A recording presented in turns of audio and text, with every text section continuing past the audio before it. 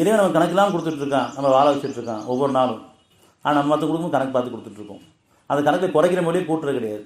ஒவ்வொருத்தருடைய சூழ்நிலை ஒரு மாதிரி இருக்குது. நம்ம மற்றவங்க சூழ்நிலை ஒழுங்கு வாழணும், நம்ம சூழ்நிலை நம்ம பார்க்கக்கூடாது. மனம் விரிவடையணும்னு சொன்னால் மற்றவங்க நம்ம கூட இருக்காங்க, அவங்களும் நிலைப்பாட்டு இருக்குது, அவங்க தேவை நிறைவேற்றுக்குதா இல்லை முதல்ல அவங்களுக்காக இரண்டு ஒப்படைக்கும் போது அதற்கான ஞானத்தை நம்ம தருவோம். அவங்களுக்கு என்ன தேவை இருக்குது. முதல்ல பொருளடிப்பில் உதவி செய்யலாம் கூட முதல்ல ஞானங்களை அருளடிப்பில் உதவி செய்யணும். அவங்க எல்லோரும் நல்லா இருக்கணும், அவங்களும் சமமாக வாழ்க்கை வாழணும். அதே நேரத்தில் நன்றியோடு வாழணும் விரும்பணும். ஏன்னா எல்லோரும் நல்லா வைக்க இறைவனுக்கு போதுமான அவனுக்கு எல்லா ஆற்றலும் இருக்குது, அவன் இறக்க முடியும் இருக்கிறான். ஆனால் எல்லோரும் நல்லா வைக்கும்போது இறைவன் மறந்துடுறோம். அதனால சரி நம்மளையும் சரி மற்றவங்களையும் சரி இறைவன் நிறைய வாழ வச்சுட்டு இருக்கும்போது இறைவனை எங்கள் எல்லாரையுமே உனக்கு உன்னியோடு வாழ வை, உனக்கு நன்றியோடு வாழ வை. நாங்கள் பெருமனோடு வாழக்கூடாது, பொருளை சார்ந்துடக்கூடாது, பொருளை என்ன வச்சக்கூடாது. இப்படி நமக்கும் கேட்க வேண்டியிருக்கு, நம்ம குடும்பத்துக்கும் நம்ம சமுதாயம் சேர்த்து கேட்க வேண்டியிருக்கு. ஏன்னா நம்ம எல்லோரும் நன்றியோடு இருக்கிறோம்.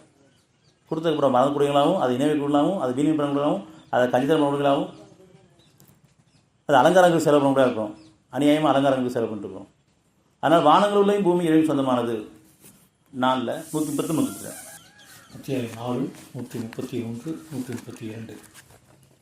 வானங்களில் உள்ளவையும் பூமியில் உள்ளவையும் எல்லாம் அல்லாஹ்வுக்கே சொந்தம்.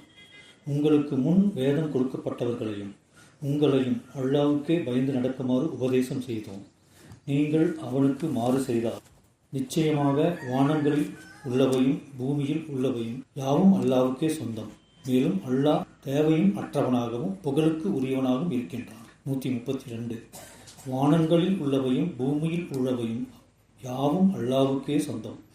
இன்னும் பொறுப்பேற்பதில் அல்லாஹ்வே போதுமானவன். வானங்களில் உள்ளவையும் பூமியில் உள்ளவையும் எல்லாம் அல்லாஹ்வுக்கே சொந்தம், படகுக்கு சொந்தம். இதில் யார் எதை மறுக்க முடியும்?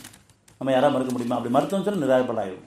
எந்த மனசாட்சி மறுக்காது. எல்லாருடைய மனசும் தெளிவாக இருக்குது. நிச்சயமாக நமக்கு எது சொந்தமான கிடையாது. நம்ம எதையும் கொண்டு வரவும் எதுவும் கொண்டு போகவும் கிடையாது, நன்மை தீமை தவிர.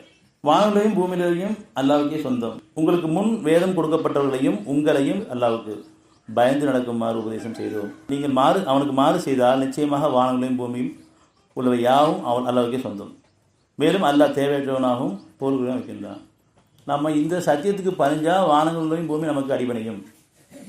எனக்கு சொந்தமான உனக்கு சொந்தமானதை நான் பணியும் பொழுது, அவனுடைய தீர்ப்புக்கு நான் பணியும் போது, அவனுடைய சரணடையும் பொழுது வானங்களும் பூமி நமக்கு அடிபடும். அடிபணிங்கிறது நமக்கு அது உபகாரம் செய்யும், கஷ்டத்தை கொடுக்காது.